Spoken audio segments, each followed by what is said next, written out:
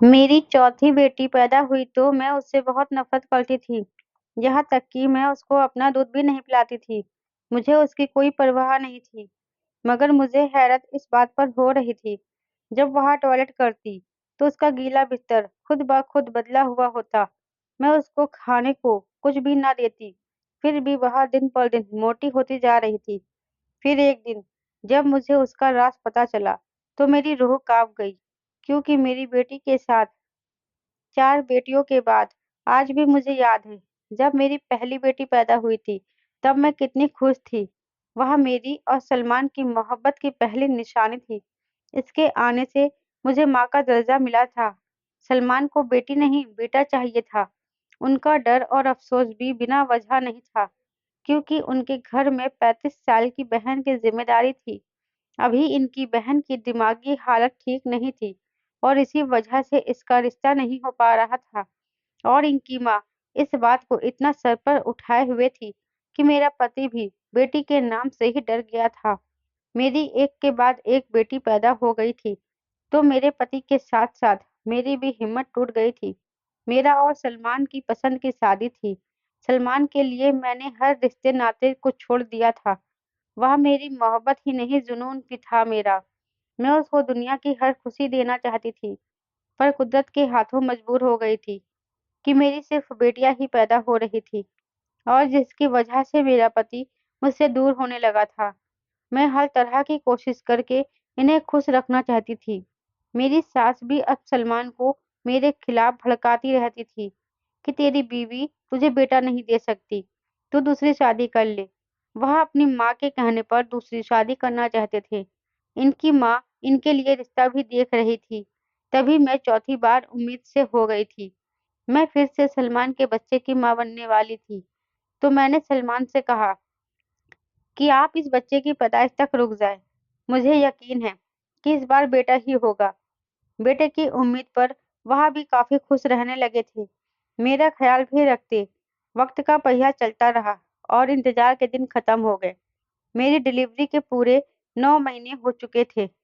इस बार मुझे पूरा यकीन था कि मुझे बेटा ही पैदा होगा और इस बार मुझे खुशी ज़रूर मिलेगी और मेरा घर टूटने से बच जाएगा। एक दिन मेरी तबीयत खराब हुई, तो मैंने अपनी सास को बताया। कुछ ही देर में उन्होंने सलमान से कहकर गाड़ी मंगवाई और हम बच्चे के सारे सामान के साथ अस्पताल के लिए रवाना हो गए। वहां पहुंचकर मुझे लेबर रूम में ले गए। सलमान और मेरी सास बेसब्री से बाहर इंतजार करने लगी, पर अंदर पहुंचकर मुझे तकलीफ और ज्यादा बढ़ गई थी। मैंने पहले भी 3 बेटियां पैदा की हुई थी। मुझे अंदाजा था कि बच्चा पैदा करना बहुत मुश्किल काम होता है, लेकिन इस बार की जो तकलीफ थी, वह बहुत ज़्यादा थी। मैं किसी भी तरह से बर्दाश्त नहीं कर पा रही थी। ऐसा लग रहा था कि जैसे अभी मेरी जान ही निकल जाएगी और फिर दर्द ऐसी कि बर्दाश्त ना हुई और मैं बेहोश हो गई। पता नहीं कितने वक़्त के बाद मुझे होश आया था, तो मैं अस्पताल के कमरे में लेटी हुई थी। मेरे पास कोई भी मौजूद नहीं था। मुझे लगा शायद मेरे बेटे के पास होंगे सब, पर थोड़ी देर के बाद एक नर्स मेरे पास आई। मैंने बच्चे का और बाकी घरवालों का पूछा, तो उसकी आंखों में ऐसी चमक आ गई कि मुझे लगा अभी वह मुझे बेटे की खुशखबरी देगी। मगर उसके जवाब ने ही मेरा जमीन आसमान हिला दिया था, जब उसने कहा कि तुमने एक चांद सी बेटी को जन्म दिया है। एकदम से मुझे मेरे सारे सपने टूटते नजर आए थे। मैंने सलमान को जो दिखाए थे और जो खुद भी देखे थे, मेरे दिल की धड़कन तेज हो गई थी। मैंने पूछा कि मेरा पति कहाँ है। उसने बताया कि वह तो कल से नहीं आए। फिर मैंने पूछा, मेरी सास कहाँ है? नर्स ने बताया, वह अभी 2 घंटे से रिक्शा लाने का कहकर गई है, लेकिन अभी तक वापस नहीं आई है। उस नर्स ने बच्ची को उठाकर मेरे सामने किया और कहा कि इसे दूध पिला दो। मेरा दिल नहीं चाह रहा था कि मैं नजर उठाकर भी उस बच्ची को देखूं। ये वही थी जिसने आज मेरा घर तोड़ दिया था। मैंने जलते हुए दिल से गुस्से वाली नजर से उसकी तरफ देखा। नर्स ने बिल्कुल सही कहा था। वह तो बिल्कुल चाँद जैसी थी, पर शक्ल-सूरत से क्या होता है, बेटा तो बेटा ही होता है। नर्स ने बच्ची को मेरी गोद में ठीक से लिटाया और दूध पिलाने में मेरी मदद करने लगी, जहाँ मेरी बाकी बेटियां भी मौजूद थी, पर मुझे उन पर बहुत प्यार आया।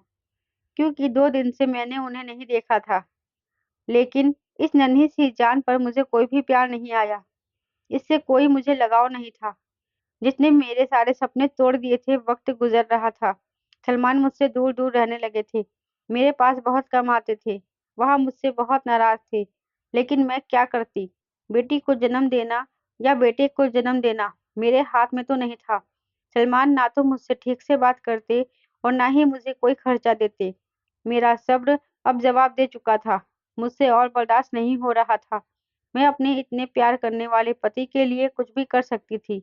मैं इनकी बेरुखी बर्दाश्त नहीं कर पा रही थी। मैंने तो अपने पति के लिए सब कुछ कुर्बान कर सकती थी और ये मनहूस बेटी तो वैसे भी मेरी आँख का तिनका थी। मैंने अब धीरे-धीरे उसे अपना दूध पिलाना ही बंद कर दिया। भूख की वजह से वह रोती थी, तो एक बार फिर दूध पिला देती। इसका पेट भरता या नहीं, मुझे इस बात से कोई परवाह नहीं थी। मैं इस पर कोई भी ध्यान नहीं देती थी। मैं ज़्यादातर उसको सुलाकर कमरे का दरवाज़ा बंद कर देती कि रोए तब भी आवाज़ बाहर ना आए और सारे काम पूरे करने के बाद ही कमरे में जाती थी। मैं पूरा दिन घर के काम निपटाती रहती। मुझे कोई परवाह नहीं थी। पूरा काम करने के बाद ही मैं दरवाज़ा खोलती थी। सास मेरी इस बात को अच्छे से समझ चुकी थी कि मैं बेटी के साथ क्या सलूक कर रही हूँ, पर दिल ही दिल में वह भी नाराज़ थी इस बात से। लेकिन फिर भी उसने मुझसे कुछ भी नहीं कहा। रात में अक्सर मेरी बेटी बहुत रोती थी। एक रात अचानक मेरी आँख खुली तो क्या देखती हूँ कि मेरी बेटी के मुँह में फिटर लगा हुआ है, वह भी दूध से भरा हुआ। मैं परेशान होकर उठ बैठी कि यह किसने दिया होगा। बहुत सोचा, शायद मेरी पगली ननंद ने दिया होगा, ये मेरी बड़ी बेटी ने दिया होगा। लेकिन फिर तो ऐसा रोज़ ही होने लगा। रात में जब भी मेरी आँख खुलती, तो उसका दूध हमेशा उसके पास मौजूद होता और इसका गीला बिस्तर खुद ब खुद बदला हुआ होता। अब तो उसने रात में रोना बिल्कुल ही छोड़ दिया था। अब तो ना मेरी नींद खराब होती है और ना ही मैं इस पर कोई ध्यान देती थी।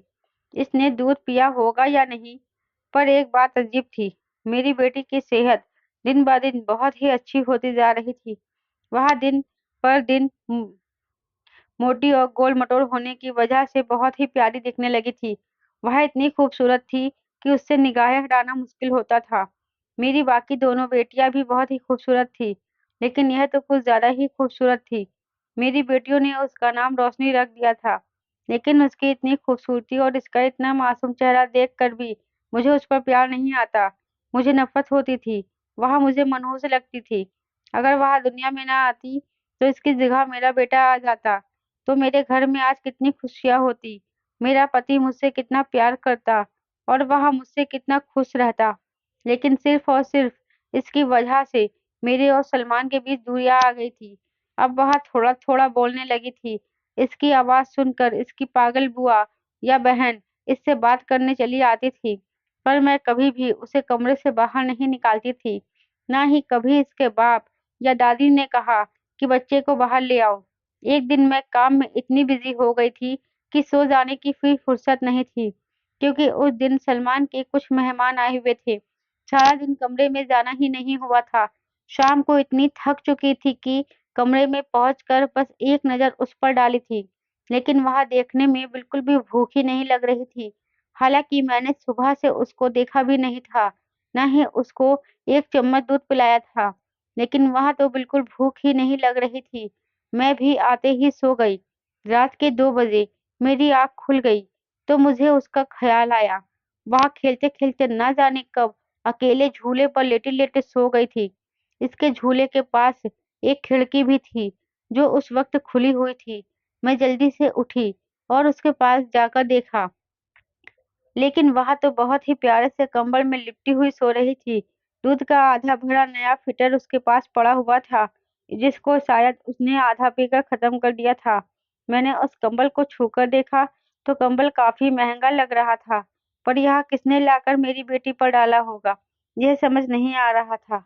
क्या सलमान को तरस आ गया था इस पर? मैंने बहुत सोचा, पर मैं कोई नतीजा नहीं निकाल पाई। खिड़की और दरवाज़े बंद किए और मैं सो गई। सुबह से सलमान पर मेरी नज़र थी कि कहीं यही बेटी के पास जाकर इसका ख़्याल तो नहीं रख रहे हैं, पर सारा दिन ऐसा कुछ नहीं महसूस हुआ था मुझे। सलमान इसके पास बिल्कुल भी नहीं जाते थे। मैं तो फिर भी कभी-कभार जाकर उसको देख लेती थी। इसकी दादी से तो वैसे भी कोई उम्मीद नहीं थी, इसलिए मेरी परेशानी दिन-ब-दिन बढ़ने लगी थी और मुझे नहीं पता था, इससे भी बड़ा झटका तो मुझे अब लगने वाला था। दोपहर में मैं जब उसे फीड देने गई तो क्या देखती हूँ कि उसने बहुत ही प्यारा-सा फ्रॉक पहना हुआ है, आँखों में काजल भी लगा हुआ है और माथे पर नज़र का टीका लगाए हुए है। झूले में झूल रही थी और पास पड़े खिलौनों से मेरी बेटी बहुत खुश हो रही थी। अब मुझे थोड़ा-थोड़ा डर भी लगने लगा था। आखिर यह सब क्या था? मैं सारा दिन नज़र रखती, कोई भी कमरे की तरफ जाता हुआ नज़र नहीं आता था। तो फिर यह सब कौन कर रहा है? मैंने उस बात को छुपा लिया और जल्दी से बाहर आ गई। परेशानी से मेरा बुरा हाल था। सास ने पूछा तो मैंने कह दिया कि तबीयत कुछ खराब है। बाकी सारा दिन घर के कोने में बैठी सोचती रही। मेरी बड़ी बेटी की एक आदत थी, जब वह स्कूल से आती तो सबसे पहले अपनी बहन के पास जाकर उसे देखती, उससे बातें करती, फिर जल्दी से आकर खाना माँगती थी। वह जैसे ही बहन के पास गई तो उसके झूले से वह खिलौना उठाकर बाहर ले आई। इसके बाहर आते ही उसकी दादी की नज़र खिलौने पर गई। मेरी बेटी के हाथ से वह खिलौना छीनकर देखा तो मेरी सास की आँखें फटी की फटी रह गई। वह खिलौना हाथों में लेकर देखने लगी और उस खिलौनों को दीवार के साथ रगड़कर देखने लगी। मैं गौर से अपनी सास को देख रही थी कि आखिर वह ये सब क्या कर रही थी। मेरी सास मेरी तरफ भागी आई और कहने लगी कि तेरी बेटी यह खिलौना कहाँ से लेकर आई है? मैं जानते हुए भी अनजान बन रही थी। मैंने कह दिया अम्मा जी मुझे नहीं पता, यह खिलौना कहाँ से लेकर आई है। मैं अपनी सास के चेहरे को देखती रही। सास बोली अगर मेरी बूढ़ी नस्लें धोखा नहीं खा रही हैं, तो पक्का ये सोने का लगता है। मैं झटके से उठी और खिलौना सास के हाथ से लेकर देखने लगी। वह सच में वैसा ही दिख रहा था जैसे सोने का ही हो। मैं तो यह सोच भी नहीं सकती थी। तभी इतने में मेरी सास कमरे में गई और चादर लेकर बाहर आई और खिलौना मुझसे लेकर चादर के कोने में बांधा और बगल में छिपाकर कहीं बाहर चली गई। और मैं बड़ी देर सोचती रही कि आखिर यह सब क्या हो रहा है। मेरी बेटी के पास ऐसी चीज़ें कहाँ से आ जाती है? अभी तक तो मुझे खुद भी नहीं पता था। मेरी बेटी हमेशा की तरह खेलने में भी बिज़ी थी। उसे कोई प्रेत आत्मा तो नहीं खिला रहा है? मैंने झूले में पड़ा फीडर देखा तो जैसे मैं रख कर गई थी वह वैसे ही भरा पड़ा हुआ था। मुझे बहुत गुस्सा आया। इसे मैंने कल से दूध नहीं पिलाया था, फिर भी चुप है। इतना हँस-हँस कर खेल रही है। मुझे एकदम से रोशनी का हँसता हुआ चेहरा देखकर गुस्सा आ गया। मेरी खुशियों को आग लगाकर, मेरे सपनों को तोड़कर कितना खिलखिलाकर हँस रही थी। मैंने उस मासूम के गाल पर थप्पड़ मारा। मेरे थप्पड़ मार देने पर टकटकी लगाए मुझे देखती रही, फिर अचानक से रोने लग गई। मुझे इसके रोने की कोई परवाह नहीं थी। मैं उसे रोता हुआ छोड़कर बाहर आ गई थी। इतने में मेरी सास भी आ गई थी और मुझे बताया कि गले में जो सुनार की दुकान है, वहाँ से खिलौना दिखाकर आई हूँ। यह तो खाली सोने का है। हमारे तो बाहर आ गए। यह सुनते ही मेरा दिल और दिमाग सब सुन्न हो चुके थे। मैं बस बुतबनी सुनती जा रही थी और कोई जवाब ना दे सकी। बस इतना कह पाई कि अम्मा जी सलमान को कुछ मत बताइएगा, नहीं तो वो कहेंगे कि बच्चे चोरी करते हैं, वरना सोना कहाँ से आएगा? क्योंकि खिलौना मेरी छोटी बेटी के पास से मिला था। यह तो सिर्फ मैं ही जानती थी। मेरी सास के दिमाग में भी यह बात नहीं आई। उन्होंने शर्त रखी कि आधा सोना वहाँ रखेंगी और आधा मुझे दे देंगी। मैं तो पहले ही बहुत डरी हुई थी, इसलिए उनकी शर्त मान ली और सोना आधा-आधा कर लिया। सास ने अपना हिस्सा पागल बेटी के लिए छुपा लिया और मेरा हिस्सा सुनार के पास बेचकर मुझे पैसे लाकर दे दिए। क्योंकि खिलौना बहुत बड़ा और भारी था, काफ़ी ज़्यादा महँगा बिका था। मेरे हिस्से में 10 लाख रुपए आए थे। मैंने इतने पैसे ज़िंदगी में पहली बार देखे थे। पैसे लेते हुए मेरे हाथ काँप रहे थे, फिर भी पैसों की खुशी बहुत थी। मैंने पैसे लेकर संदूक में रखे और संदूक अपने बेड के नीचे छुपा कर रख दिया। अगले दिन मैं कुछ पैसे लेकर बाजार गई। खुद पर खूब सारे पैसे खर्च किए। अपने लिए कई सामान खरीदा, राशन का सामान खरीदा, फल, सब्जियाँ, दूध, दही। मैं अब घर में खूब अच्छा-अच्छा खाना बनाती और सलमान को खुश करने के लिए खुद को खूब सजाती-सँवारती थी। सलमान भी अब थोड़ा-थोड़ा मुझसे खुश होने लगे थे और यह सब कुछ देखकर मैं बहुत खुश होती थी। मेरे 2 महीने बहुत ही अच्छे गुज़रे। अब मेरी बड़ी बेटी थोड़ी बड़ी होने लगी थी। पर मेरा इस पर अब भी कोई ध्यान नहीं होता। एक दिन मैंने संदूक खोला तो पैसे तो सिर्फ 3 लाख ही बचे थे। मुझे परेशानी होने लगी कि यह भी खर्च हो जाएंगे तो क्या करेंगे। फिर मैंने पति को 2 लाख रुपए यह कहकर दिए कि आप कोई छोटा मोटा बिजनेस शुरू कर लो। मैंने आपको कारोबार शुरू करवाने के लिए कर्ज पर पैसे लिए हैं। वह बहुत खुश हुए और मेहनत करने लगे, और फिर अल्लाह का ऐसा करम हुआ, इन पैसों से किया गया बिजनेस खूब चल पड़ा। अब हमारे घर के हालात बहुत ही अच्छे हो गए थे। पर मेरे पति को अब भी बेटे की ख्वाहिश थी। कभी कभी वह मुझे प्यार से मनाता कि दूसरी शादी की इजाजत दे दो, पर मैं नहीं मानती थी। दिल में डर भी होता था कि कभी शादी करके घर आ गया तो मैं क्या बिगाड़ लूंगी। फिर उस बेटी पर गुस्सा होती कि मनहूस पैदा हो गई। इसी गुस्से में मैंने एक बार फिर से मारने के लिए इस पर हाथ उठाया, लेकिन इस बार बहुत ही अजीब हादसा हुआ। इसे मारने से पहले मेरे हाथ में बहुत तेज दर्द होने लगा।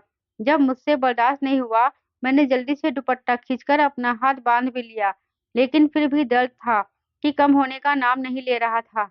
मैंने जल्दी से हाथ पर तेल लगाया, लेकिन दर्द था कि बढ़ता ही जा रहा था। थोड़ी देर के बाद मैंने ध्यान से देखा तो मेरा पूरा हाथ नीला हो चुका था। मैं फौरन डॉक्टर के पास चली गई। डॉक्टर ने पूछा क्या हुआ है, तो मैंने शर्मिंदगी से कहा कि हाथ भारी चीज के नीचे दब जाने की वजह से नीला पड़ गया है। पर हकीकत तो मैं ही जानती थी कि मैंने इस छोटी सी जान को मारने के लिए हाथ उठाया था। तब से मेरे हाथ में दर्द शुरू हुआ है और वह नीला पड़ना शुरू हो गया है। अब मुझे लगने लगा था कि जरूर मेरी बेटी के साथ भी ऐसी ताकत थी जो आम नहीं थी। कई दिन तक मेरा इलाज चलता रहा। पति के हजारों रुपए लग गए थे। तब कहीं जाकर मेरा हाथ ठीक हुआ था। अब मुझे अपनी बेटी से डर लगने लगा था। मैं बहुत कम उसके पास जाती थी। उसके कपड़े खुद ब खुद बदल जाते। मैं ना उसे कपड़े पहनाती, मगर मेरी आंखों ने ऐसा होता हुआ कभी नहीं देखा था। जब मैं बाहर होती और वापस आती तो उसकी हर चीज साफ सुथरी होती। माथे पर नजर का टीका लगा होता, नए नए कपड़े पहने होती, इसके नीचे का बिस्तर बदला हुआ होता, नया कंबल ओढ़े हुए होती और खेल रही होती थी। मैं तो कभी इसके पीछे का बिस्तर भी नहीं बदला करती थी। कभी कभी तो वह गीले बिस्तर पर पड़ी ही रहती थी, लेकिन अब उसका बिस्तर भी चेंज होता था, एकदम साफ सुथरा। मैंने किसी को कुछ भी नहीं बताया था। सब समझते थे कि मैं बहुत अच्छी माँ हूँ। मेरी सास अक्सर बच्चे को देखकर यह कहती कि यह तो बिल्कुल अपनी बुआ पर गई है। वक्त का पहिया तेजी से चलता रहा। मेरी बेटियां बड़ी और छोटी बेटी अब 9 साल की उम्र तक पहुंच गई थी। वह मेरी बेटी में सबसे प्यारी, सबसे ज्यादा खूबसूरत थी। इस उम्र में ही उसने घर के सारे काम भी संभाल लिए थे, पर मेरे दिल में अभी तक उसकी कोई जगह नहीं बन सकी थी। अब मुझे एक बेटे की कमी बहुत महसूस होती थी। बच्चियां बड़ी हो गई थी। काश कि इनके साथ हर जगह उनका भाई होता। और उस वक्त मुझे रोशनी से और भी ज्यादा नफरत महसूस होती जब मेरे पति ने दूसरी शादी कर ली। मेरी खुशियों को खाने वाली सिर्फ रोशनी ही थी। अगर इसकी जगह बेटा पैदा हो जाता तो मेरा पति दूसरी शादी न करता। मैंने सलमान से बहुत मोहब्बत की और शादी की थी। मेरी मोहब्बत मुझसे छीन ली गई थी। मेरी सौतन के 2 बेटे हो गए थे। इसके साथ वह भी उसी का होकर रह गया था। मेरी मोहब्बत की शादी थी और मैं अपनी मोहब्बत से दूर हो गई थी, और इसकी वजह मेरी बेटी ही थी। देखते ही देखते वह अब 16 साल की हो गई थी। पूरा घर उसने अपने जिम्मे ले रखा था। सारे काम बहुत ही अच्छे से कर लेती थी। पलक झपकते ही वह सारा काम कर देती। पता नहीं उसके हाथ में कैसा जादू था। थोड़ी सी भी सब्जी बनाती, लेकिन पूरे घर का पेट भर जाता था। ऐसी स्वादिष्ट सब्जी बनाती थी कि खाने वाला उँगलियां चाटता ही रह जाता था। और तो और पंछियों और जानवर तक का ख्याल रखती थी। छत पर खाना पानी दाने डालने जाती तो कई घंटे तक वही रहती और जानवरों और चिड़ियों से बातें करती रहती। सारा दिन हंसती रहती। बहनों से बहुत प्यार करती थी। मेरी बाकी तीनों बेटियां अच्छी पढ़ाई करने के लिए दूसरे शहर चली गई थी, पर मैंने अपनी छोटी बेटी को कभी स्कूल नहीं भेजा था, अपने पास रख लिया था। वह मेरी बहुत सेवा करती थी, मेरी और अपनी दादी की भी। अपनी पागल बुआ को अपने हाथ से खाना खिलाती, उसे नहलाती धुलाती, उसे बहुत खुश रखती। मेरी इससे नफरत की इंतहा उस दिन न रही जब एक दिन मैं अचानक किसी काम से बाहर निकली तो एक लड़के से बात करने में बिजी थी। दोनों बहुत हंस रहे थे। वह मर्द बहुत ही लंबा चौड़ा था और बहुत ही स्मार्ट था। इतना खूबसूरत था ऐसा लग रहा था कि जैसे अभी-अभी आसमान से उतरा हुआ कोई शहजादा हो। उस लड़के ने रोशनी के हाथ पकड़ रखे थे और वह रोशनी से कुछ कह रहा था और फिर देखते ही देखते उसने रोशनी को गले लगा लिया और रोशनी भी उसकी बाहों में सिमट गई। यह सब कुछ देखकर मैं गुस्से के मारे आग बबूला हो रही थी। अब उस लड़के की नज़र भी मुझ पर पड़ चुकी थी। उसने मुझे कुछ ऐसी नज़र से देखा तो मुझे उसके देखने से ही डर महसूस हो रहा था। मेरी तो आवाज़ ही नहीं निकल रही थी। मैं जल्दी से उल्टे पाँव वापस अपने कमरे में आ गई थी।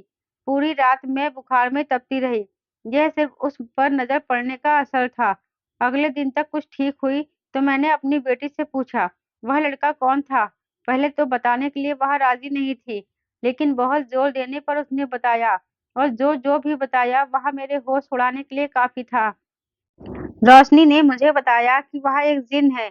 वह कहता है कि मेरी माँ ने ही मुझे पाला है और उसने बताया है कि जब मैं पैदा हुई थी तो उसकी महबूबा की आखिरी सांसें चल रही थी। उसकी महबूबा को किसी फकीर ने अपने जादू से जलाकर मार दिया था। इस जिन को बहुत गुस्सा आया और उस फकीर को मारने वाला था। जब फकीर को लगा कि अब यह जिन मुझे मार डालेगा, तो फकीर ने कहा कि मुझे छोड़ दो, मैं तुम्हें बहुत ही जरूरी बात बताऊंगा।